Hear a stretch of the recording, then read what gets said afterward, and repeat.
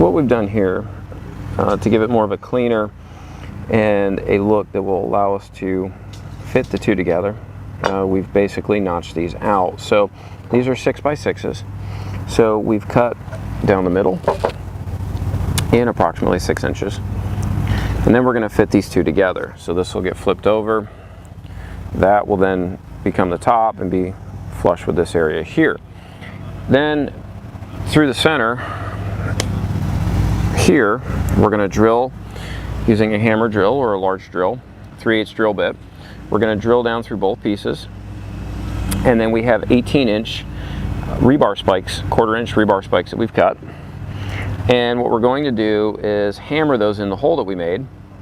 And so we'll have 6 inches of rebar through the joint that we just made with the two pieces of wood, with 12 inches of that rebar into the ground. And these are 20-foot 6x6 beams, marine grade.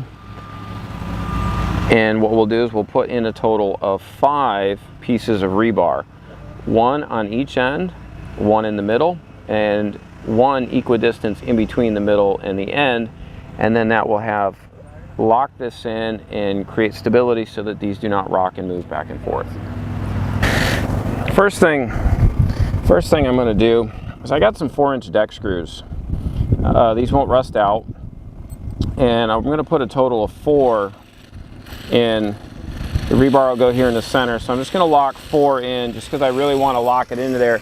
But I'm doing that right now just to at least get a couple in, because I got a little bit of a gap or some movement, and you can see when I step on this that I need to get these flush or level, but I have to step on the board, and I don't want to run, for safety reasons, I'm not going to run the drill with my toe right next to it. So what I'm going to do is make sure I'm lined up, and I'm going to lock in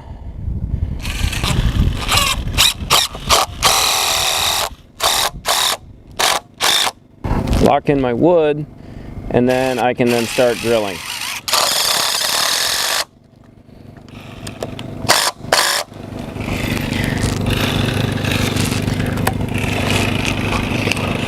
Now the other thing that I've done too is that this is a 12-inch shank drill bit, and it's meant to go in concrete and such, but I don't want to go in full 12 inches, so these boards are essentially 5.5, so I put a piece of tape so I can stop at 6, so I'm not running my drill bit all the way into the ground.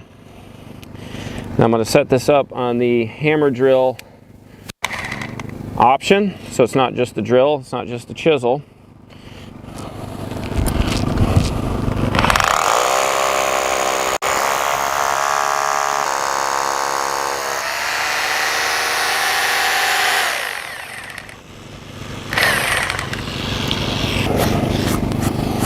Now I've got a hole that I can hammer in a 3/8 piece of rebar and really get that locked in, that goes through both pieces and a foot into the ground.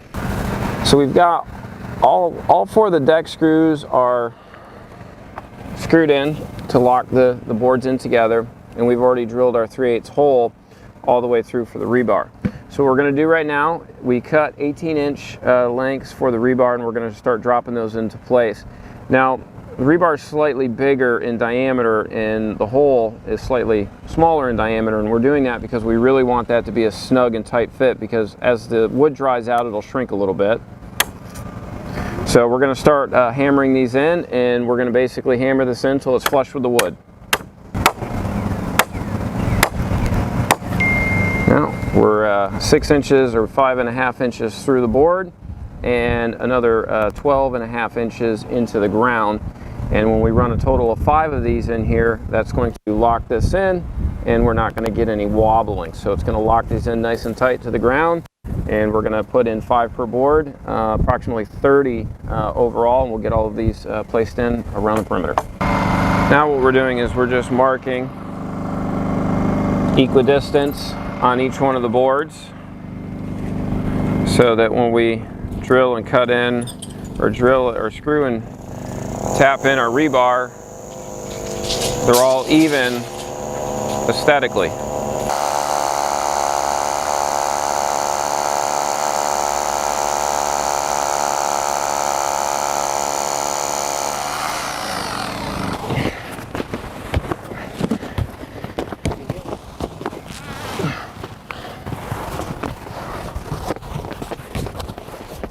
Now that we've got this all laid out, we'll pull it tight. We can pull to one side or the other and then cut off the extra 2 to 3 feet that we're going to half off of one of the sides. But now that we've actually got it on the plastic drain tile, this will slide pretty easy. So a lot of the hard work's kind of already done. Now we're going to start doing some of the cutting.